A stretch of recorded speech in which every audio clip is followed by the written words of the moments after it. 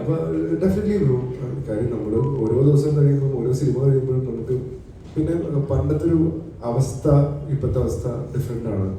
പണ്ട് എനിക്ക് അങ്ങനെ വരുന്ന സിനിമകളുടെ എണ്ണങ്ങൾ, അല്ലെങ്കിൽ പണ്ട് ഒരു കൊച്ചിക്കാരൻ ചെക്കൻ എന്ന് പറയുമ്പോൾ വിളിക്കുന്ന കോളാണ് എൻ്റെ ഈ പെണ്ണുകൾ. അതേപോലെ എൻ്റെ ഫോണിൽ നേരെ വിളിക്കും, ഹലോ ഹലോ വലിയ ഒരു കൊച്ചിക്കാരൻ ചെക്കൻ്റെ ആവശ്യമുണ്ട് എന്ന് വിളിക്കുന്ന പരിപാടി ഉണ്ടായിരുന്നു. പക്ഷേ ഇപ്പം എനിക്ക് അങ്ങനത്തെ ഡയറക്ടേഴ്സ് വന്ന് എനിക്ക് വേറെ രീതിയിലുള്ള സിനിമകൾ തന്നുകൊണ്ട് മാത്രമാണ് പല രീതിയിലുള്ള ക്യാരക്ടേഴ്സിന് ഇപ്പോൾ വിളിച്ചു തുടങ്ങുന്നത്.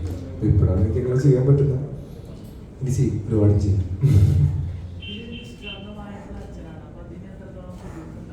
ഞാൻ ഭയങ്കര നിഷ്കളങ്കം മനസ്സിലാവും. പക്ഷെ ആക്ച്വലി പറയല്ല, എന്നോട് താക്ടിക്കാണ് ശരിക്കും നിഷ്കളങ്കമല്ല.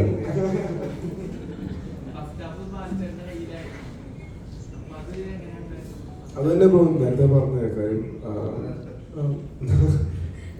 നമുക്ക് ആക്ച്വലി ഈ പറഞ്ഞ പോലെ ഒരു ടെൻഷൻ ഉണ്ടായിരുന്നു. പക്ഷെ അത് നമുക്ക് ഷൂട്ട് ചെയ്ത് വരുമ്പോൾ അത് രസമായിട്ട് വരുന്ന കോൺഫിഡൻസ് ഡയറക്ടറിനും ബാക്കി എല്ലാ ടീമിനും ഉണ്ടായിരുന്നു. അത് ഷൂട്ട് ചെയ്ത് നമ്മൾ കാണിച്ചു തരുകയും ചെയ്തു. സോ ഹാപ്പിയാണ്. നിലവിൽ നിർമ്മാതാവ് എന്നാണ് പറയാനുള്ളത്. നിർമ്മാതാവ് ഇപ്പം ഇവരെല്ലാവരും പറയുന്നു പഴയ കാലത്ത് ഒരു ഓർമ്മപ്പെടുത്തലിന് അതിന് സാധിച്ചിട്ടുണ്ട്.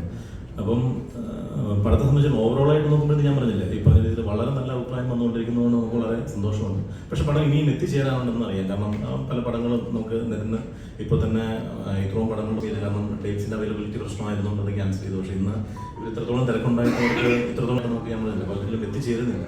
അപ്പോൾ നമുക്ക് പല രീതിയിലുള്ള, കാരണം ക്രൈം ത്രില്ലേഴ്സ് ഉണ്ട്, അല്ലെങ്കിൽ ഈ പറയുന്ന ഒരു കേസ് അന്വേഷണത്തിൽ പോകുന്ന ഓഫീസേഴ്സിൻ്റെ കഥ, അല്ലെങ്കിൽ അടുത്ത് കണ്ടവർ ബാക്കി പരമാവധി എല്ലാവരിലേക്ക് എത്തിക്കുക. കാരണം നല്ല ശ്രദ്ധിക്കപ്പെടണം. നമ്മൾ മാത്രമല്ല, നല്ല പടങ്ങൾ ഇറങ്ങുന്നുണ്ട്. അപ്പോൾ അത് എല്ലാവരിലേക്ക് എത്തുക എന്നുള്ളത് നമ്മളല്ല.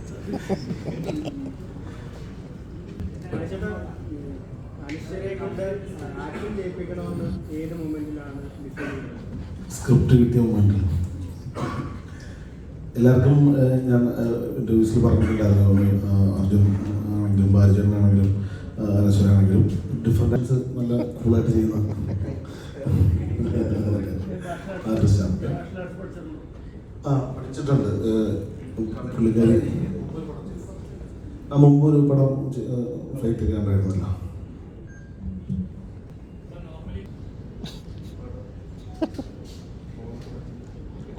ഈ പടം ആൾക്കാർ കുറച്ച് കാലത്തൊക്കെ അടുത്തവണത്തിനെ പറ്റി ആലോചിക്കാൻ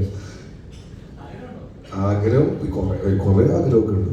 അതിലൊരു ആഗ്രഹമാണത്. പക്ഷെ കൊണ്ട് പറ്റും നമുക്കൊരു വിശ്വാസം വന്നവരെ നമ്മൾ പുതിയ പുതിയ പരിപാടി പിടിച്ചുകൊണ്ടിരിക്കണമല്ല. കാരണം ഒരു ചാടിക്കറി എന്തിനാണ് ഫീൽഡ് ഔട്ട് ആക്കുന്നത്? പതുക്കെ പിടിച്ചു നോക്കട്ടെ.